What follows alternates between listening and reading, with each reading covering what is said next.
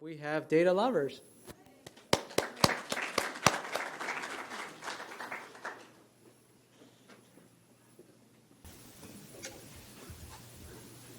Good afternoon, everyone. My name is Brian Sears. This is my teammate Garima Oza. We'll be speaking on behalf of our team. Yesterday, we heard the story of a man who, without any criminal intent whatsoever on the part of himself or his physician, found himself addicted to prescription drugs and suffered through the pain of opioid addiction. Wouldn't it be great if his physician had had a better tool to mitigate that risk? The prescription drug monitoring program that we're starting in Virginia is a good one, but it has a gap. It targets the amount of drugs that are being prescribed to patients. It does not cover a holistic view of that patient's condition or health. So what our team decided to do was address that gap with a tool that incorporated analytics at its heart, and therefore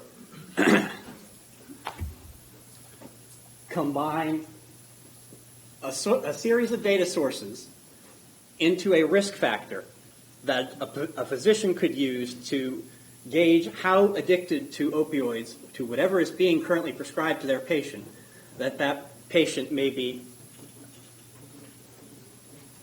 getting to that risk factor. So this app that our team created has two data sources. One is a comprehensive survey of a patient, which is being taken at the doctor's office, one-on-one. They're gathering information that if we go to the doctor's office, they're anyways taken environmental, demographic, and medical history.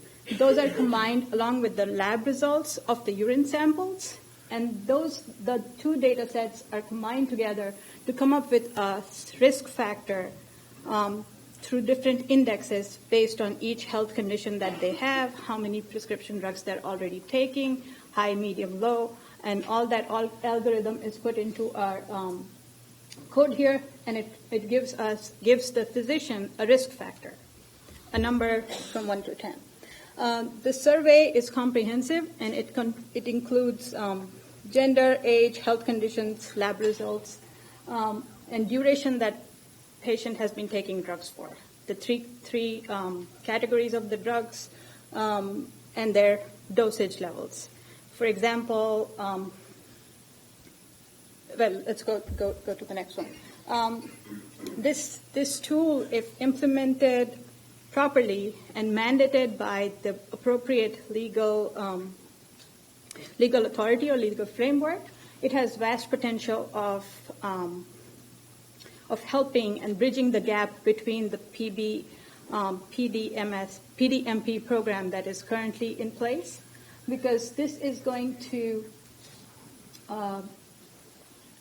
give the health provider a tool to review the patient's current condition, along with the data that is out there for the prescription drugs that is already being prescribed.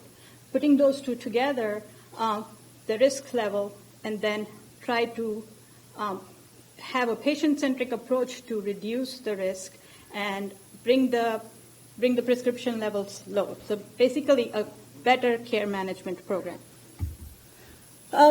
If this data is collected properly and mandated, it would help data sharing, and it could help education, outreach, and law enforcement by heat maps that most of the teams have created. If we gather data correctly, this is what it's going to do.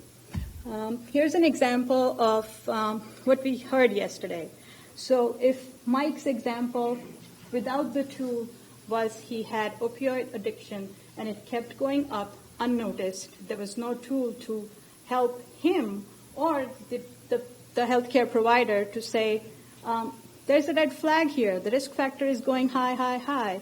And if the provider had that, or any caretaker, family member, if they had an approach or visibility into this kind of data where you could see your risk is going up for addiction, do something about it.